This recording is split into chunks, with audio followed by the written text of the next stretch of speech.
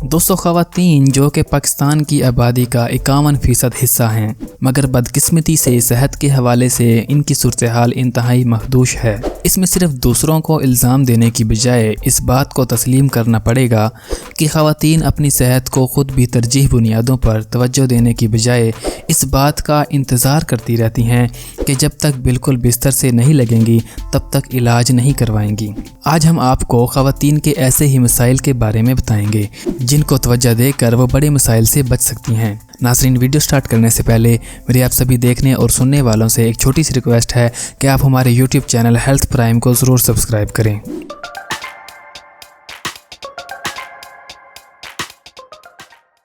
Number 1, दिल की बीमारी। दोस्तों, वैसे तो दिल की बीमारी मर्दों और औरतों दोनों की मौत का बड़ा सबब बन सकती है, मगर दुनिया भर में एक जदीद तहकीक के मुताबिक 29% ख़वातीन की मौत का सबब यही दिल का आर्जा होता है, जिसके अलामात को वो नज़रअंदाज करती रहती हैं, मगर वक्त के साथ ये मौत का सबब बन जाती हैं। इसकी अलामात में सीने में दर्द, सांस का फूलना, जल्द थक जाना, हल्क में और जबड़े में दर्द होना, बाएं बाजू में तकलीफ़ ऐसी अलामात हैं जिनको ख़वातीन अपने रोज़मर्रा के कामों में नज़रअंदाज कर देती हैं, मगर दर हकीकत ये अलामात एक बड़े ख़तरे यानी दिल के बीमारी का बायस हो सकती है। नंबर 2, छाती का कैंसर। दोस्तों, ख़वातीन के अंदर पाया जाने वाला सबसे आम कैंसर ब्रेस्ट कैंसर होता है, जो कि अब अव्वलीन दर्जों पर काबिल इलाज है, मगर ख़वातीन आम तौर पर फितरी शर्म व हया के सबब अपनी छाती में होने वाले किसी भी तकलीफ़ के बारे में किसी को नहीं बताती हैं, और इसके नतीजे में छाती के कैंसर के बारे में उस वक्त पता चलता है जबकि पानी सर से गुज़र चुका होता है।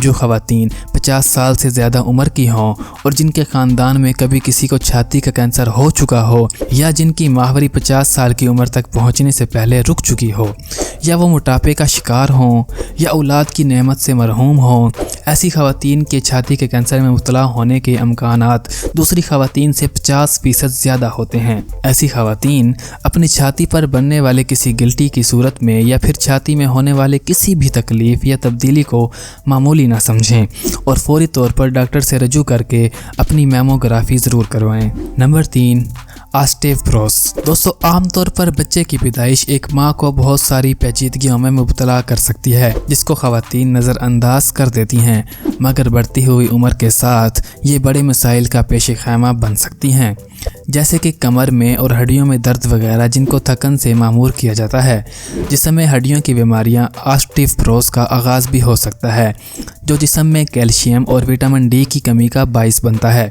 इनके सबब हड्डियां कमज़ोर होकर टेढ़ेपन का शिकार हो जाती हैं और मामूली से लगने वाली चोट के बाइस बड़े फ्रैक्चर का बाइस बन सकती हैं।